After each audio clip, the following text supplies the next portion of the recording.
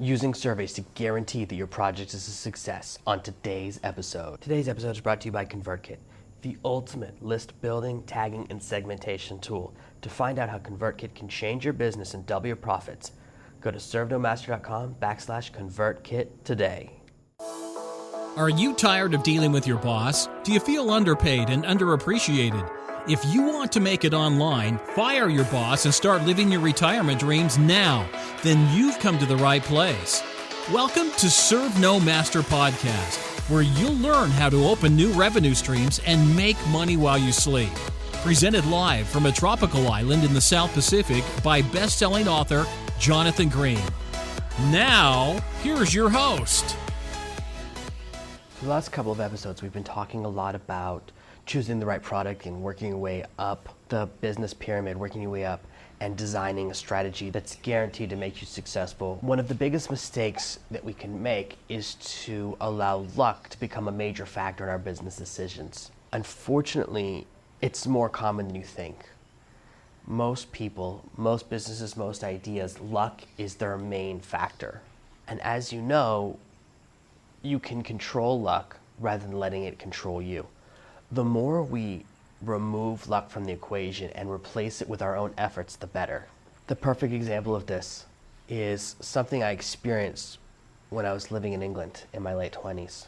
I went to England. I was living in a small town around 26, 27, around that age, maybe 25, mid to late 20s, and I became friends with a group of guys that would go to the same pub every single night. We'd always go to the same pub, and it was one of those traditional English pubs, and no single woman ever set foot in there. You'd see a few married women, and that's it.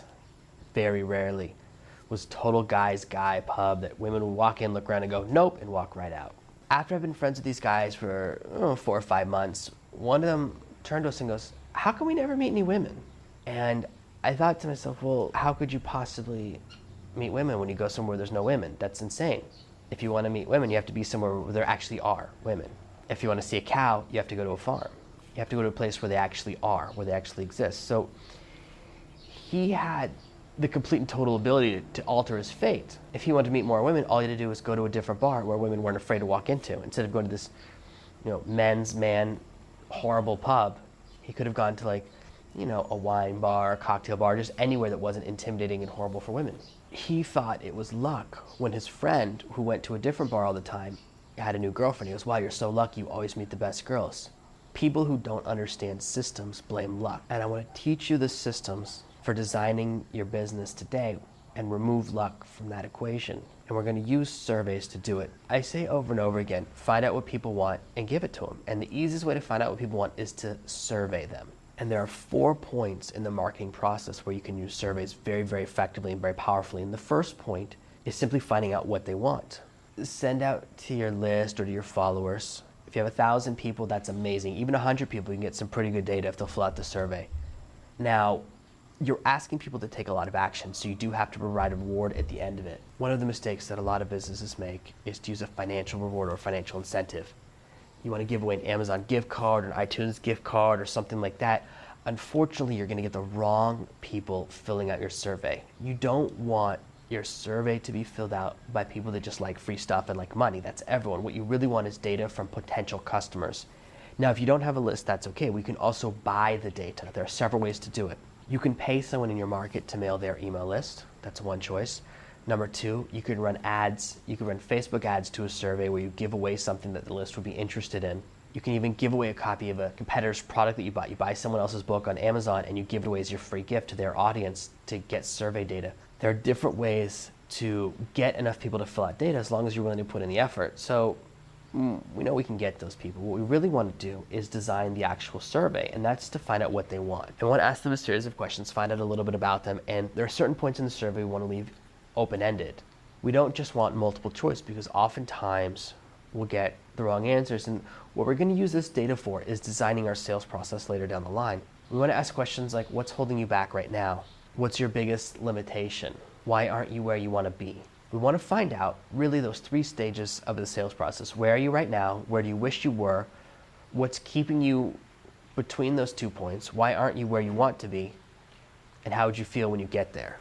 Those are the 4 questions we really want to delve into. And the more we can get people to do long form answers, the better. If you're in the weight loss niche, you want to find out what's holding you back from losing weight. Why are you stuck where you are? We want to find out, where are you right now? How much weight do you want to lose? What do you want to look like when you finish, when you lost that weight? How you feel when you've lost that weight? The language we can get from people will tell us a lot of information. Maybe you send an email to your followers and you have 1,000 people you found, and you run an ad or you get them to fill out your survey, however you do, and you discover that they don't want another diet. What they want is an exercise program.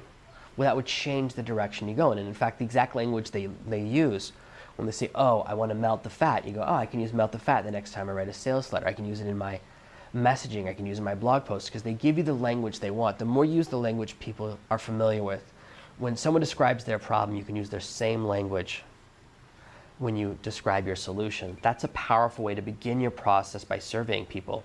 If you don't do this process, you're starting out your business on luck. We've talked before about research. When I'm designing Amazon products, I look and extensively research categories, keywords, competition, the 3 C's. If you imagine that keyword starts with a C, the 3, because they all start with that sound. I look at what people are doing, I look at buying behavior. But if I don't have that data, if I'm in a direct response market and I can't do that type of research, that's okay. I can instead do this type of research where I ask people directly. You can post questions on Facebook, do a sponsored post, and just keep running traffic until you get the answers you need, until you get enough answers that the outliers kind of space out. The problem with only getting 10 or 15 answers to your survey is that you won't know who the exceptions are.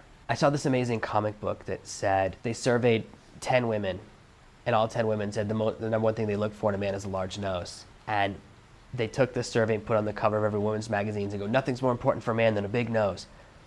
They ignored the fact that they only had a survey for 10 men, and the comic gets very funny. It talks about how it completely altered dating relationships, and everyone couldn't figure out what was wrong, and men kept trying to get bigger noses, and it all boils down to a bad piece of data. If you have a small sample set, your research and your information won't be good enough. That's why you want at least 100 answers, and if you can get 1,000, that's even better. This is one of the few areas where it's worth it to invest in running ads and spending money. If you have to spend $100 or a couple $100 to get the right data, it's worth it in the long run, so you don't spend months or years on a project that no one wants. The second time you can use surveys is when people come to your website, when people come into your process. Let's say you have a product, a fitness product that helps people to lose weight.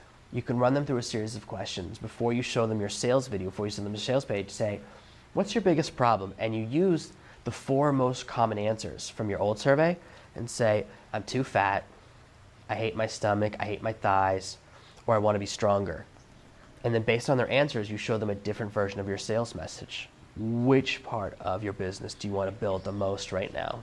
That will help you connect your message to your audience. Now you can have slightly different versions of the same sales page, but each version connects with a different piece of your audience. So you can use a survey as part of your sales process.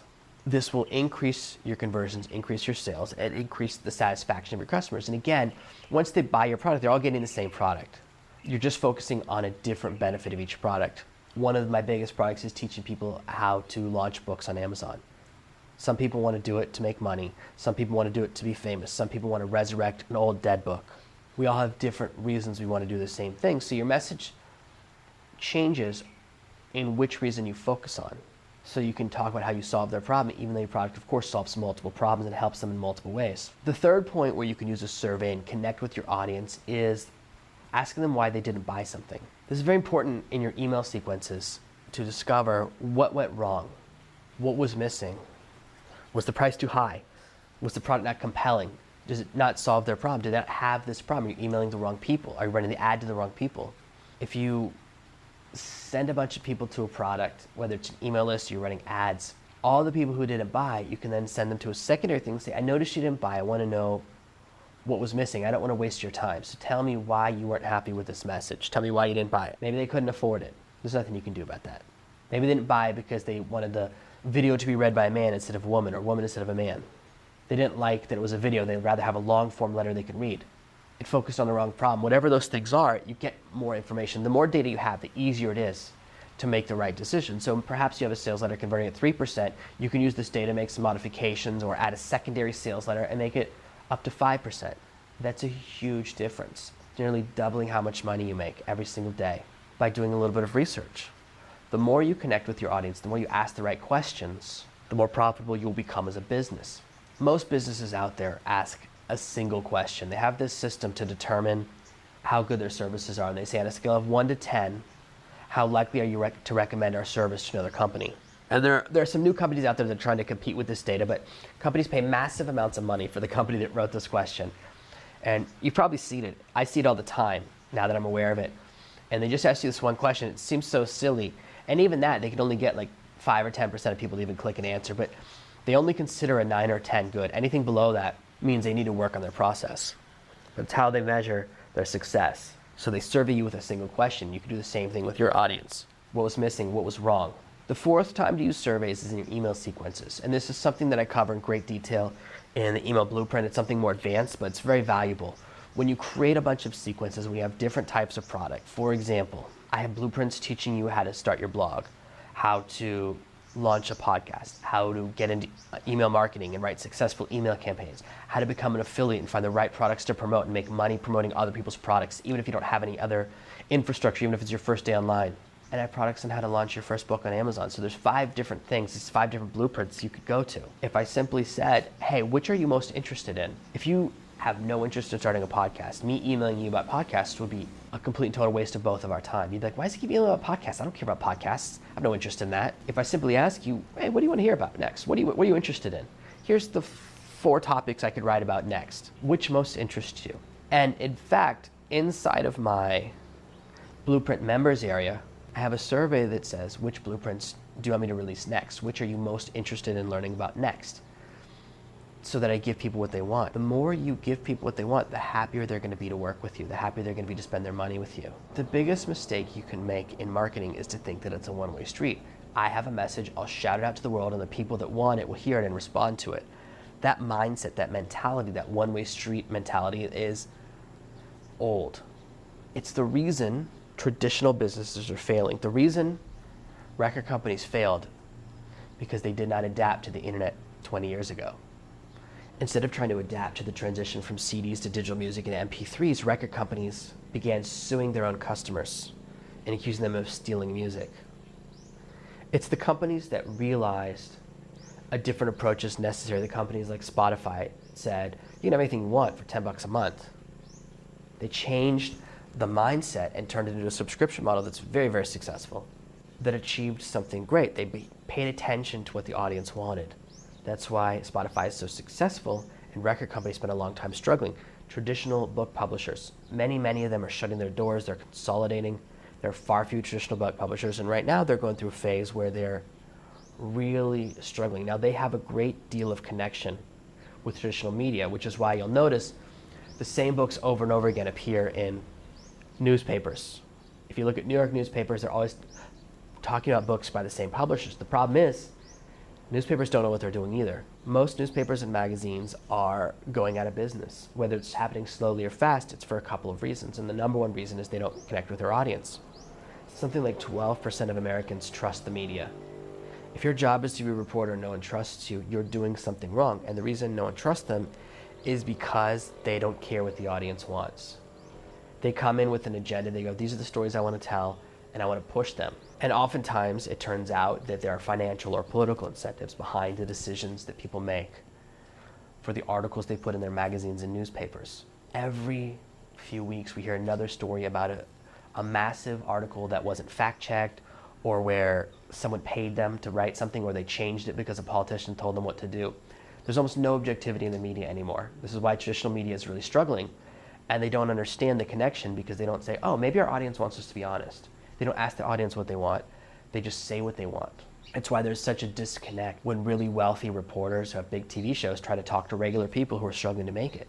They don't know what it's like. They don't know what it's like to be a regular person, and they don't ask them, so their message doesn't reach them. This is why many mediums struggle. They don't survey the audience. They don't connect with their audience and find out what they want. You can step into that gap by finding out what people want and giving it to them. The more you communicate with your audience. People are often surprised that I offer any coaching at all because I do so well from my own books and other parts of my business and other projects I work on with partners and stuff outside the Serve No Master sphere. Why do I do this at all? Why do I answer emails myself? Why do I offer any level of coaching? It takes so much time. And the amount I charge versus how much time I give, the ratio is crazy. I need that data. The best survey data, better than anything else, is actually talking to people and getting to ask those follow-up questions and finding out where they get stuck. I recently was working on a PDF showing people how to put a form into their Kindles for one of my products. And I sent it to one of my coaching clients, and it turned out there was a step missing. I was taking all screenshots and making it's a really, really good PDF, but I missed one little step, and he was like, I can't figure out what to do. I'm stuck right here. And I realized, oh my gosh, I made a mistake. And I wouldn't have figured that out if I wasn't talking to someone live while they were working on it. Connecting to your audience, ask them questions, following up with them, talking to the people who follow you. This is how you find out what people want. Now, we all have our dream project, the things we want to be working on the most. But if it's not what your audience wants, you're not going to make enough money to support yourself, to support your family. Surveys do not have to be expensive. You don't have to spend a bunch of money on expensive survey and quiz software. There are free solutions, and they all work just fine. I've been using free survey software for as long as I've been doing this stuff. There are some very expensive paid survey softwares out there, and they're a total waste. They're so expensive because right now surveys and quizzes have become very popular. They charge you hundreds of dollars a month, or they charge you per person who fills out the quiz. I don't really like to do business with anyone who charges me per person who fills out a form because it's ridiculous. It's a false measurement. It doesn't affect their infrastructure when it's on my website when I'm doing everything internally. No, I do understand with webinar software, when I'm running it through their system, they're hosting a certain number of streams, then it makes sense to pay per attendee. But for anything where it's simply a piece of software on my site and it doesn't call or use any of their resources, it's simply ridiculous. It's just a way of overcharging you. And I never buy products that use that scheme. I don't really like that business model. It doesn't appeal to me at all. You don't have to pay a bunch of money to do surveys. And in fact, you can simply email people a question and say, reply with your answers. Simple. Keep it very simple, and you can find out what people want, and you remove luck and you turn it into a controllable factor. I live on the beach, and I'm sure, as usual, in the background you can hear some noises. There's some birds being really loud, and a boat came by a few minutes ago. I'm looking at this beautiful sunrise. I'm sitting on my porch because it was raining for a little while. You might have even heard the rain on a tin roof next door for a few minutes. The people who think I got here by luck limit themselves. They'll never get here too. As long as you think luck is a factor, it's an element you can't control, then you'll never be able to control it. If you realize and understand that my success is the result of intelligence, strategy, manipulating opportunity, asking the right questions, and effort, well, then you can replicate those same behaviors and thus live on your paradise island as well. Stop blaming luck and instead always think to yourself, how can I control this element? How can I be sure people want to read my book? Research. How can I be sure people want this problem solved first? Ask them. How can I find out why no one bought it? Ask them. People are more than happy to tell you. People love responding to quizzes and surveys and questions and all of those things. All you have to do is find out what people really want and give it to them. That's the easiest method for growing your business. Surveys are very, very powerful. And the more time you spend following me, the more time you spend interacting with me, the more you'll notice that they're a major part of my business. I always want to know who you are, what you're thinking, what your experience is. I would never take on a coaching client without seeing their survey first, without asking a few questions to see what their situation is, what kind of goals they have, and then talking to them in person. I want to get to the next level, but it always starts with a survey. Surveys are great because they allow you to ask questions even when you're asleep. They allow you to ask questions of thousands of people at a time, and then you can find people to talk to on the phone and ask questions. Surveys are a great way to determine your avatar. You may think that your audience is all 25-year-old men, and then you send out a survey and it turns out they're all 37-year-old women. So you can change your messaging and begin to understand things. Perhaps you think your entire audience is married with 2 kids, and then you discover that it's all single people with no kids. You're moving in the wrong direction. This information is very valuable and will help you move in the correct directions. The more you know your audience, the more you understand them, the more successful you'll be. And this is how you can use surveys to remove luck from the equation and guarantee that your next project is a massive success. Thank you for listening to this week's episode of Serve No Master. Make sure you subscribe so you never miss another episode. We'll be back tomorrow with more tips and tactics on how to escape that rat race. Head over to servenomaster.com/podcasts now for your chance to win a free copy of Jonathan's bestseller, Serve No Master. All you have to do is leave a 5-star review of this podcast. See you tomorrow. Thank you for listening to this episode of the Serve No Master podcast. To find out how you can get a free copy of my new book, head over to servenomaster.com/podcasts right now.